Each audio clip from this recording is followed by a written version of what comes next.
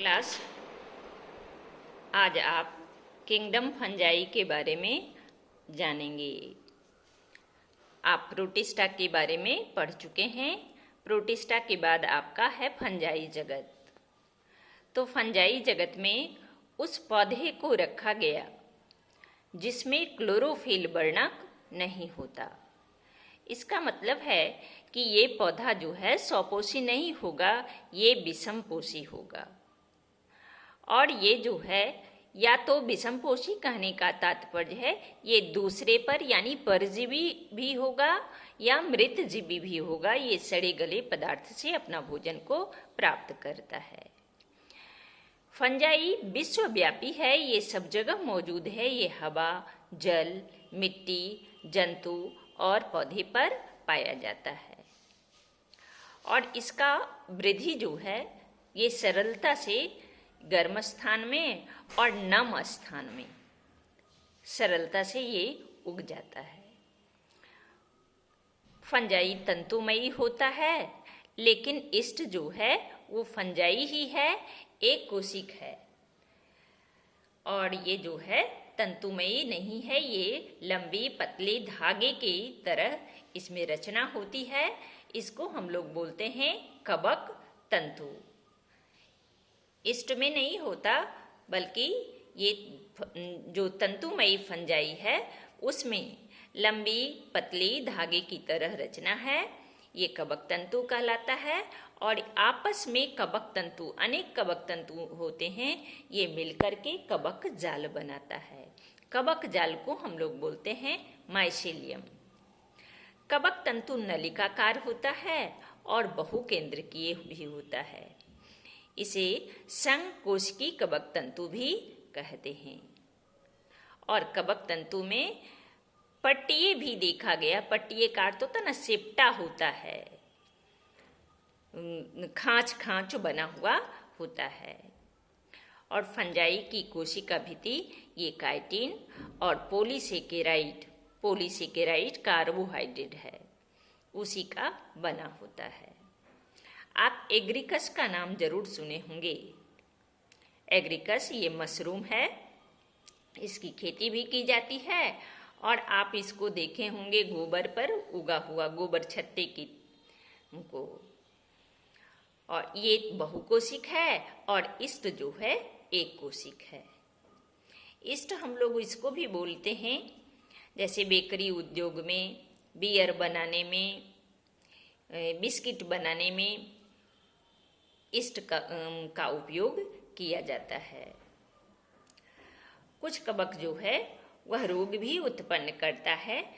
हमने नाम दिया है एक पिक्सिनिया। ये रस्ट डिजीज उत्पन्न करता है, इसको बोलते हैं ना गेहूं का गेरुआ रोग। और कुछ कवक जो है एंटीबायोटिक दवा बनाने के काम में आता है, जैसे है पेनिसिलियम। कुछ कवक सहजीवी के रूप में शैवाल से मिलकर के लाइकेन बनाता है। लाइकेन जो है वह सहजीवी का उदाहरण है। कवक और शैवाल आपस में मिलकर के, शैवाल जो है उसको स्थान देता है, कवक जो है उसको स्थान देता है, और शैवाल जो है इसके लिए भोजन बनाता है, इसको भोजन देता है। दोनों साथ साथ रहता है और दोनों को एक दूसरे से लाभ, एक को रहने का जगह, दूसरे को भोजन मिलता है। तो ये सहजीवी का उदाहरण है। कुछ उच्च वर्गीय पौधे की जड़ों में ये कवक मूल बनाते हैं, उसी को बोलते हैं ना माइकोराइजा बनाता है। और कवक में जनन की प्रक्रिया, ये वर्धी जनन जिसको हम लोग कायिक जनन कहते हैं, अलैंगिक जनन और लैंगिक जनन, ये तीनों प्रकार से होता है। कार्य की दृष्टि से भी कवक जो है हरे पौधे से ना ये भिन्न होता है। इसमें सेल्यूलोज पदार्थ का मतलब अपघटन होता है। और जब ये कवक सड़े गले पौधे या जंतु के पदार्थों पर रहता है तो हम लोग उसको बोलते हैं मृतजीवी फंजाई। और जब कवक सजीव पौधा और जंतु के ऊतकों का स्वांगीकरण करता है यानी उस पर निवास करता है और उसी से पोषक पदार्थ को ग्रहण करता है तो हम लोग उसको परजीवी कवक कहते हैं। कवक अपनी कोशिका भित्ति के माध्यम से भी पाचक एंजाइम्स को अपने आसपास के पर्यावरण में छोड़ता है, जिससे जटिल कार्बनिक पदार्थ घोल के रूप में परिवर्तित करके और फिर उसको ग्रहण भी कर लेता है। इस पदार्थ को हम लोग बोलते हैं ना, कवक अवशोषित कर लेता है।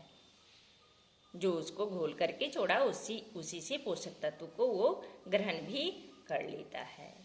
इस तरह से कवक में वृद्धि करने की प्रक्रिया यानी वर्धी जनन, कायिक जनन, ये खंडन विधि से हो सकता है, विखंडन विधि से हो सकता है, मुकुलन और क्लेमाइडोस्पोर के द्वारा के माध्यम से भी ये वर्धी जनन की क्रिया को करता है।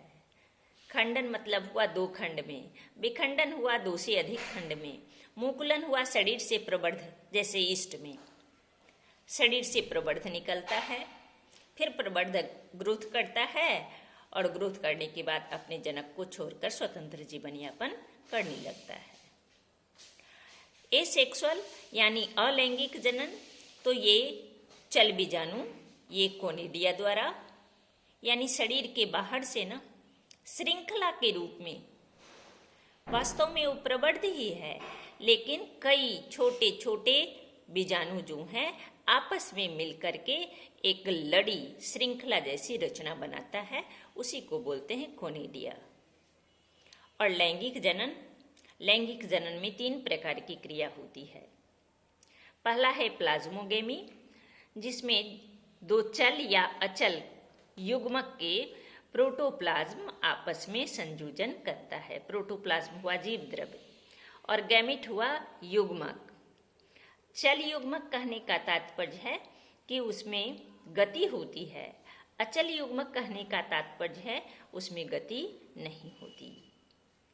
दूसरा है 2 केंद्रक का संयोजन, जिसको हम लोग बोलते हैं कैरियोगेमी। तो कैरियोगेमी द्वारा भी होता है 2 केंद्रक के संयोजन से। और तीसरा है कि युग्मनज में जाइगोट हुआ युग्मनज, युग्मकों का संलयन। लैंगिक जनन में ना युग्मकों का संलयन होता है और युग्मनज में अर्धसूत्री विभाजन द्वारा अगुणित हैप्लोइड बीजाणु का निर्माण होता है।